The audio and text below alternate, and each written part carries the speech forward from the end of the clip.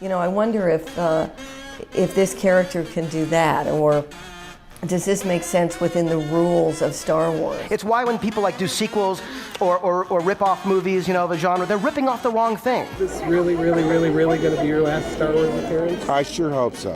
For those who hate it, I could not respect your opinion more.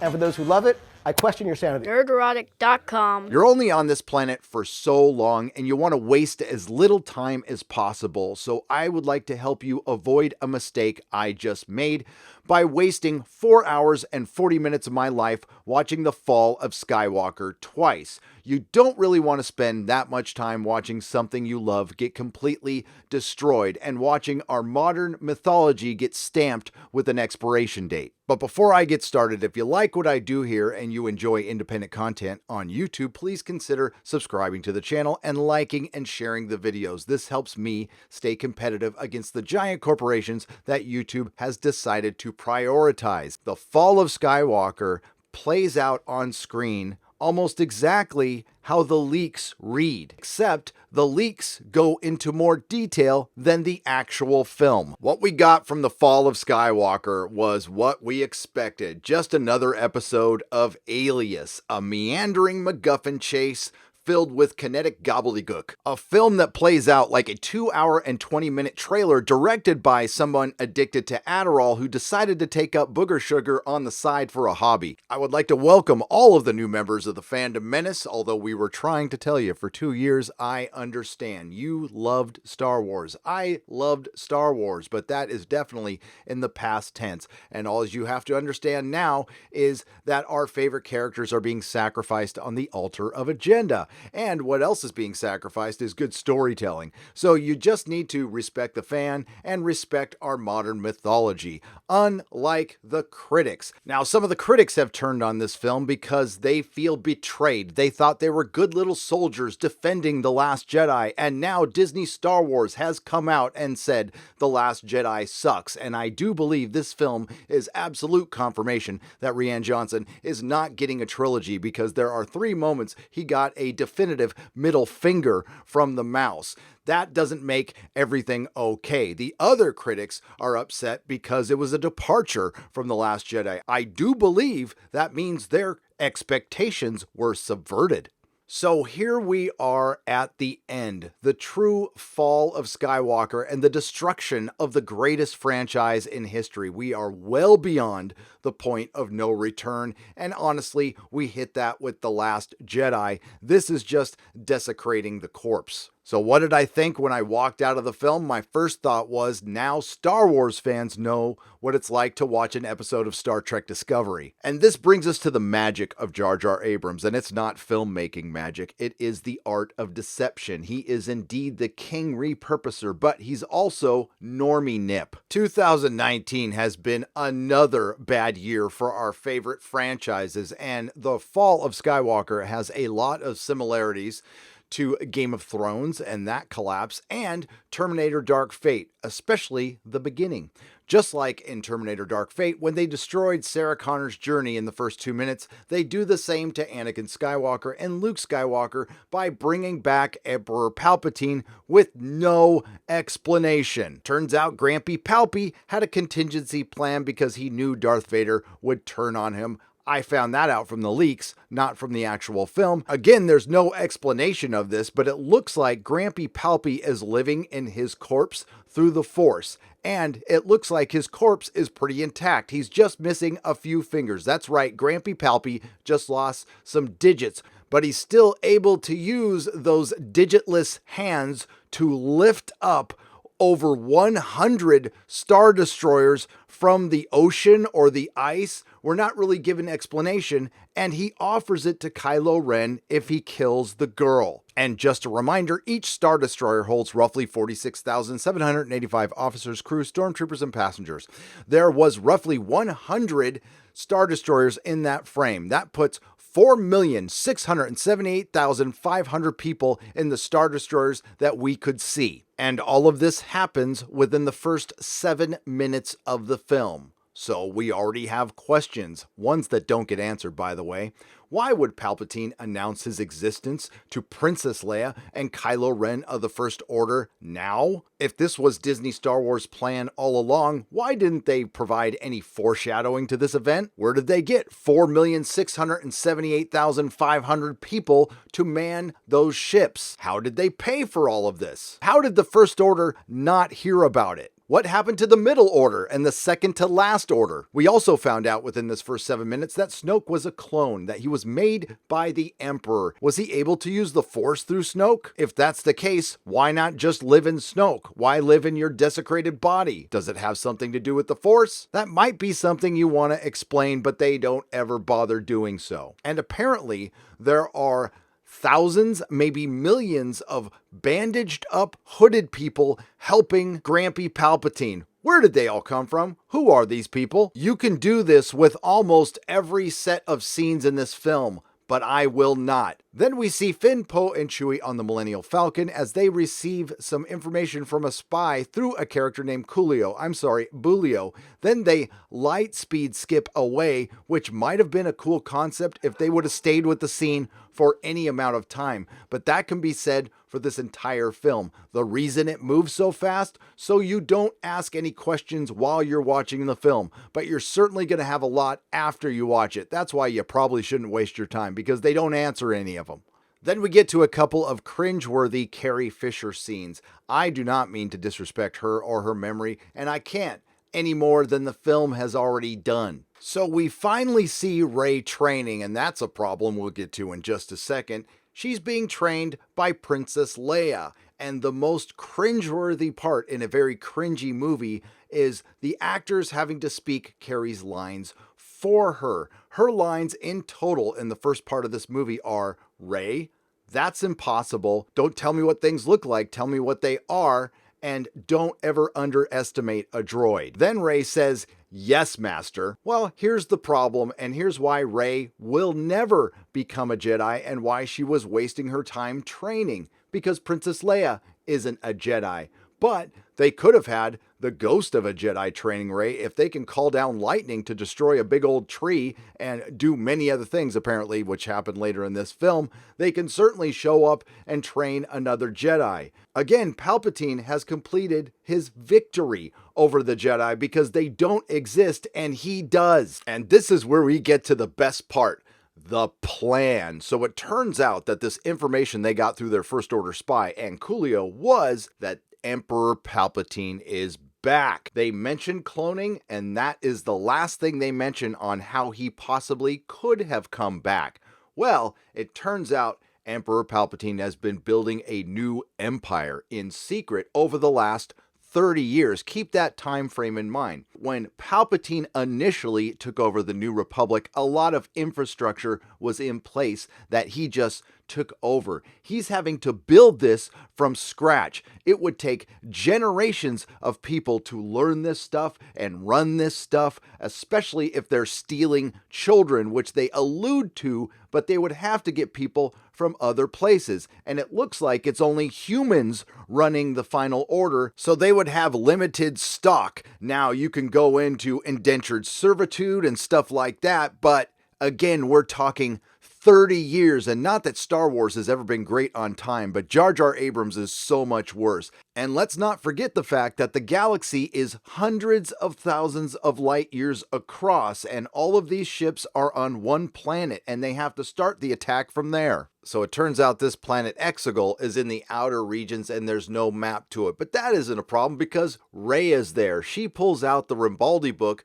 goes to page 47, and finds the Rimbaldi device. Oh, I am so sorry. She finds the Wayfinder, because the one thing you'll want to have for a secret location is a map to easily find it. Apparently, Jake Skywalker, or as I like to call him now, Luke Steppingstone, was looking for the Darth Vader Wayfinder Rimbaldi device red matter J.J. Abrams MacGuffin bullshit machine, and he didn't have a Rey. Thank God we do, and it was figured out immediately. Before Rey leaves, she completes some of the late Carrie Fisher's lines for her, but we do get 3 more. Always in the shadows from the very beginning. No, and tell me when you get back. Then we're off to find the MacGuffin to help us find the other MacGuffin. I wish I could show you how badly this film was edited. I wish I could show you how obvious it was. There were a lot of reshoots, and I might have to do that later on down the line when the Blu-ray comes out, but until then, you're just gonna have to take my word for it.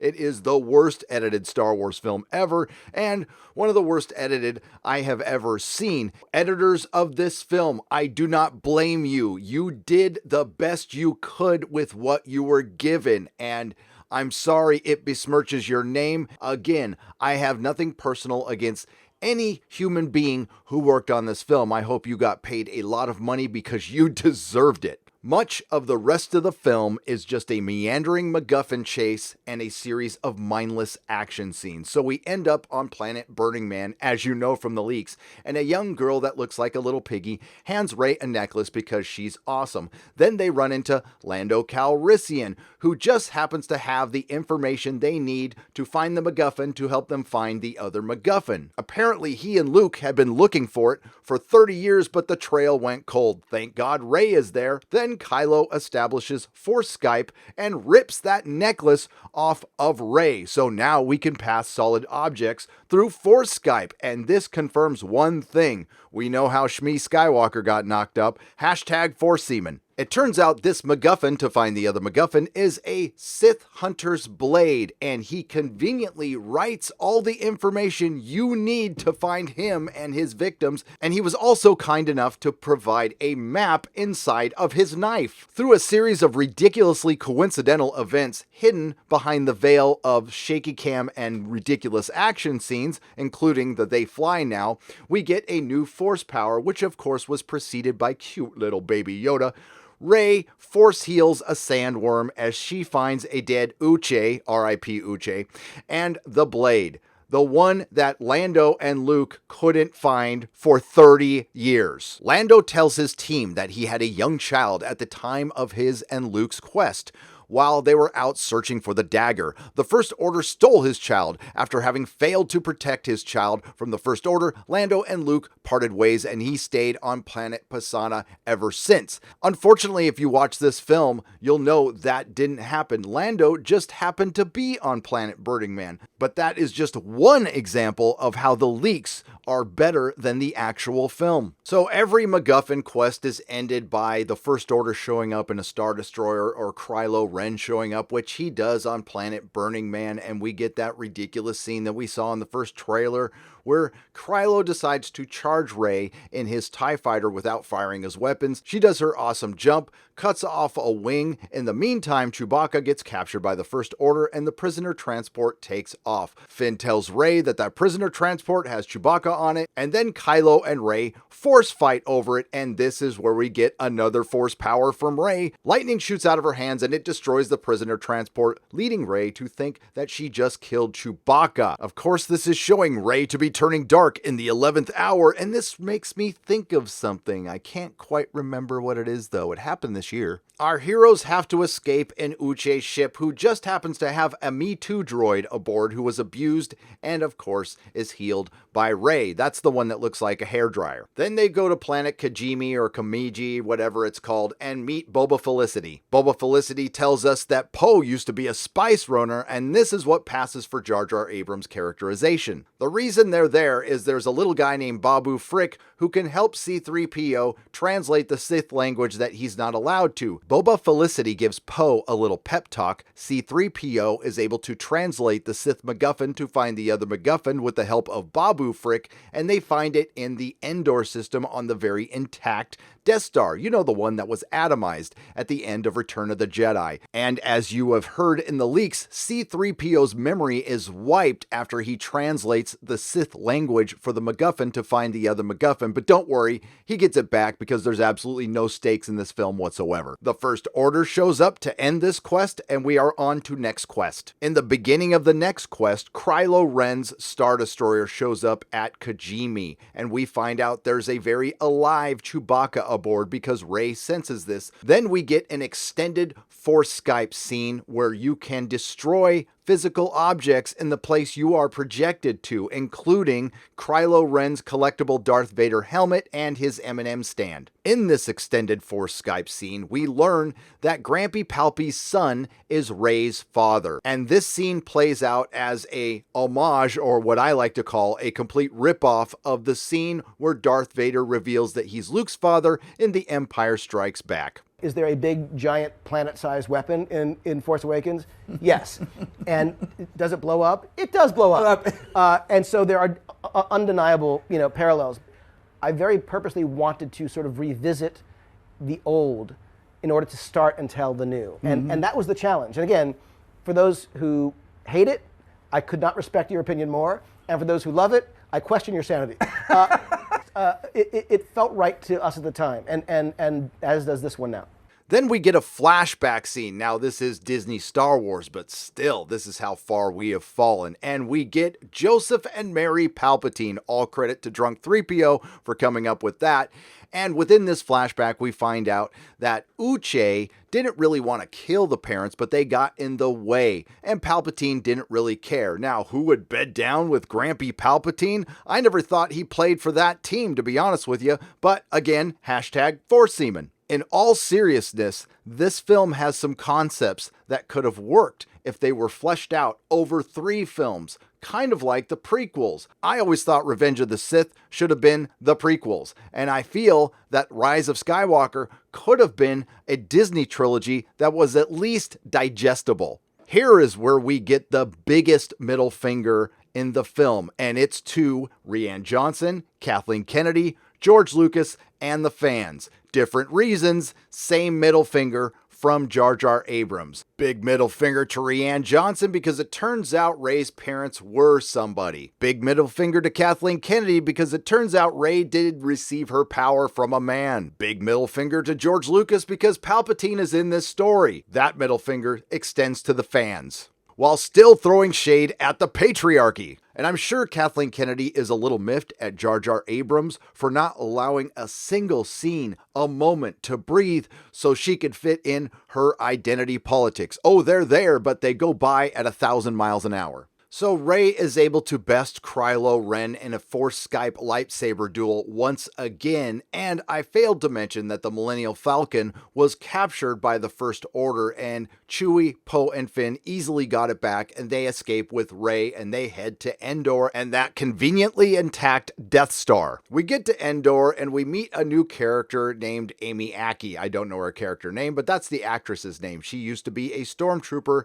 She fled her post after refusing to kill innocent civilians, just like Finn, and they become best friends, and they have space horses. If Rey wasn't awesome enough, it turns out she has another ability. Rey is a sailor. She takes a skiff through the perfect storm-sized swells, gets to that very intact Death Star. How intact is it? Well, doors still open and close, and there's still glass. And I would like to stop for a moment and just remind everybody how stupid this is. Any object that large falling through a planet's atmosphere and making impact on the surface would wreak havoc. And the scale is completely ridiculous. Remember, this is the second Death Star, which was bigger than the first Death Star.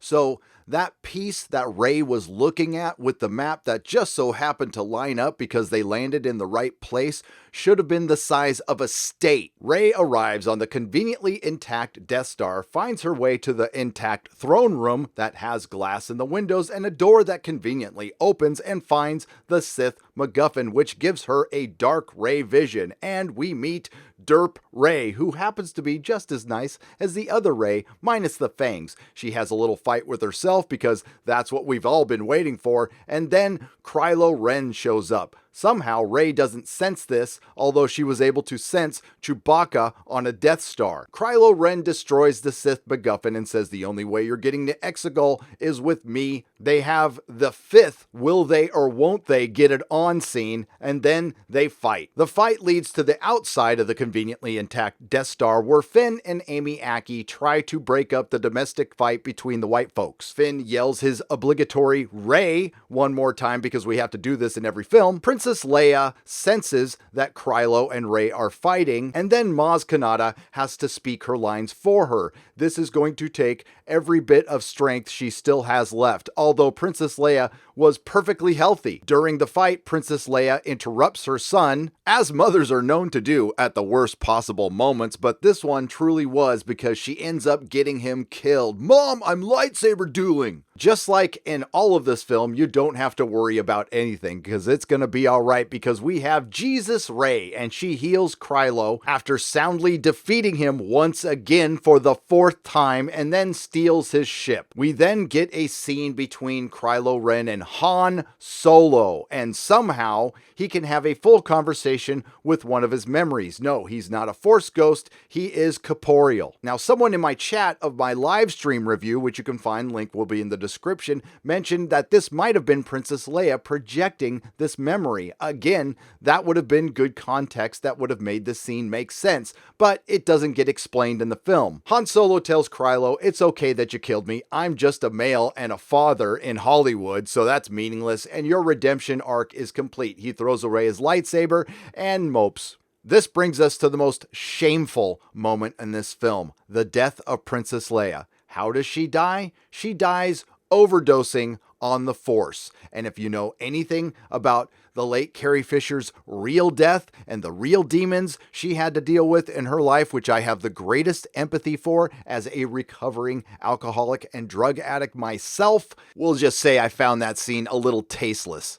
In the meantime, a Star Destroyer shows up fitted with a death penis and destroys Kijimi, possibly with Boba Felicity on it. So Rey is indeed a Palpatine, and she is awesomely powerful. Of course, she got her power from a man, so it starts to scare her finally. And then she runs to the planet Achu and the island Jake Stepping Stone was on. She burns Krylo's ship and tosses in Jake's lightsaber, and as she does that, Jake Stepping Stone catches his lightsaber and walks out of the fire. I don't think Jar Jar Abrams intended for people to laugh during this scene, but they did in my theater.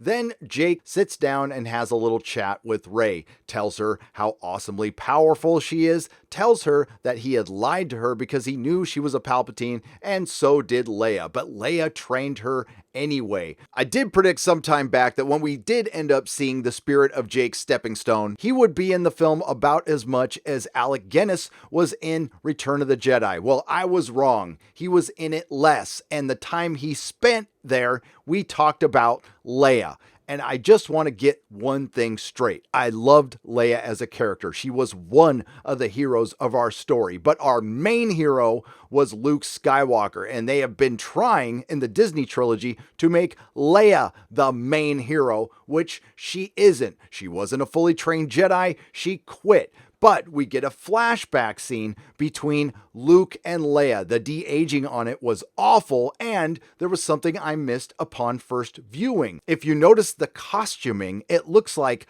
Leia is dressed as Luke, and Luke is dressed as Leia. Again, I love the character of Leia, but I think it's shameful that they used her as a tool to systematically deconstruct the character of Luke Skywalker, turning him into Jake Stepping Stone. Then in the hot mess that is the final battle with space horses and spaceships, the Resistance is still small in numbers, so they're going to put the call out once again, and this time people answered, unlike they did in The Last Jedi. And you know what? This scene might have actually worked if I actually thought there was any threat to anything, if I actually believed in any characters, but I don't care about anybody in this movie, including Princess Leia, Lando Calrissian, and Jake Stepping Stone. In the final words spoken by Jake Stepping Stone in the Skywalker saga, he talks about Leia.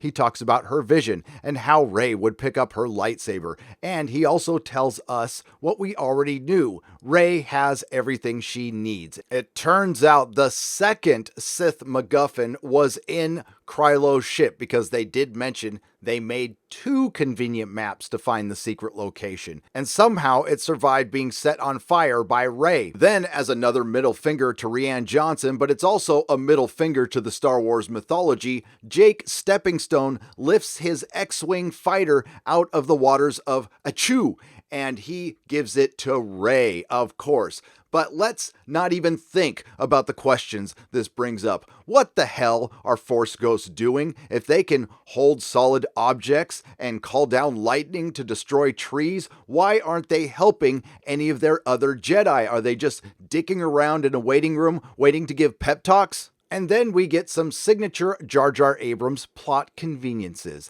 The little hairdryer Me Too droid knows a lot about Exegol, and nobody bothered to ask it because it was on Uche's ship, R.I.P. Uche. Then Rey provides the location of Exegol to the Resistance, and this sets up our big final gobbledygook battle. The final battle between the Resistance and the Final Order is just dumb. Apparently, they took the time to fit each individual Star Destroyer with a giant death penis, but they didn't fit them with independent navigation. They rely on a single antenna or a single ship to lead them to their battle to take over the entire galaxy. So here we are at the end of it all, the end of the Disney Trilogy, the end of the so-called Skywalker saga, the true end of the greatest franchise in history. And it turns out that the entire story was about Grampy Palpy wanting to give his granddaughter the Sith version of a $12.50 check on her birthday. So 1,000 generations of the Jedi live in Rey, and 1,000 generations of the Sith live in Emperor Palpatine. And Rey is so awesome, we have the Sith and Jedi fighting over her.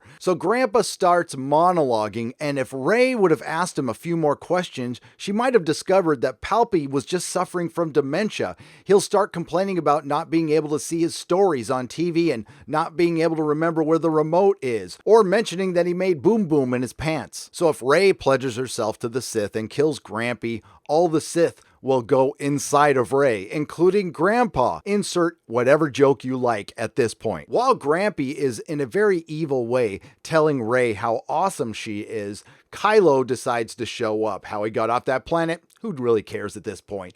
He gets his ass kicked by the Knights of Ren, then he force Skypes with Rey, who passes him a lightsaber. He then defeats them. Rey then defeats some sort of guard. In the meantime, there's a big space battle going on outside with space horses and little BB-8 rolling around on the surface of a Star Destroyer in the upper atmosphere. We get some battles, we get some woos, and we get a Greg Gutfeld death. We felt that emotion for about a nanosecond, and then we were completely over it. Then the Resistance wins the battle by destroying the one ship that can navigate the rest of them out of there conveniently. Kylo then joins Rey, and by the way, there are at least 60,000 to 100,000 bandaged, hooded onlookers watching this sporting event going on and chanting some Sith soccer chant.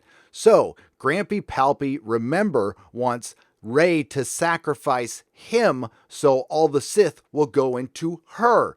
In the meantime, he uses the Force on both of them and figures out it's a dyad, and it rejuvenates the Emperor, and it gives him a wardrobe change as well. That's very convenient and very nice of the Force. He gets a lovely red ascot. So either Grandpa has changed his mind, or he forgot that Rey is his grandchild because he suffers from dementia, and he tries to kill them both. He pushes Kylo off a cliff, and now Rey faces him alone. Grampy Patriarchy then fires lightning at Rey, and she deflects it with one lightsaber, and in a move very reminiscent of another girl who killed the Patriarchy in a TV show earlier this year, retrieves Kylo's lightsaber with the Force and produces it from behind her back and deflects the lightning back at Grampy Patriarchy. Grampy Patriarchy, forgetting that the lightning is coming from his own hands, kills himself. Then we get what came very close to being an honest-to-goodness good scene in this film.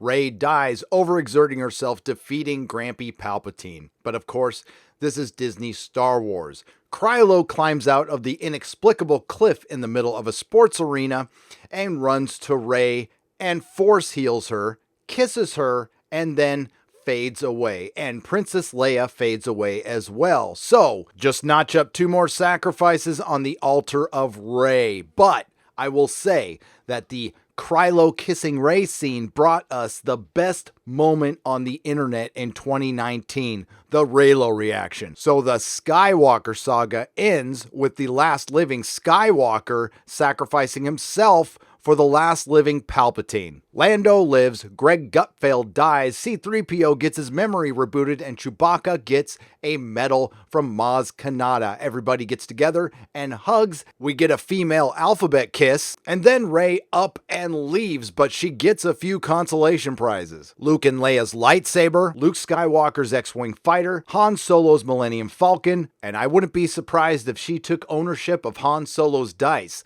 That's what you call symbolism. Poe Dameron's BB-8. I'm assuming C-3PO and R2-D2. She goes to Tatooine, takes Luke's old house. Hell, probably Luke's land speeder. She even takes Luke's sunset. Finally, robbing Luke of his entire story. And to add insult to injury, she takes Luke Skywalker's name. Palpatine victorious. Since Rey assisted Grampy Patriarchy Palpatine with his self-deletion, that means she completed the sacrifice, and all the Sith now live in her along with all of those Jedi. That's going to be awkward. This film had more than plot holes. It had plot wormholes that go back in time and actually screw up other films in this franchise, including all the changes to the Force. As damaging as The Last Jedi was to Luke, this one was to the mythos of Star Wars and George Lucas's original vision. As I finish recording this, The Fall of Skywalker is looking to make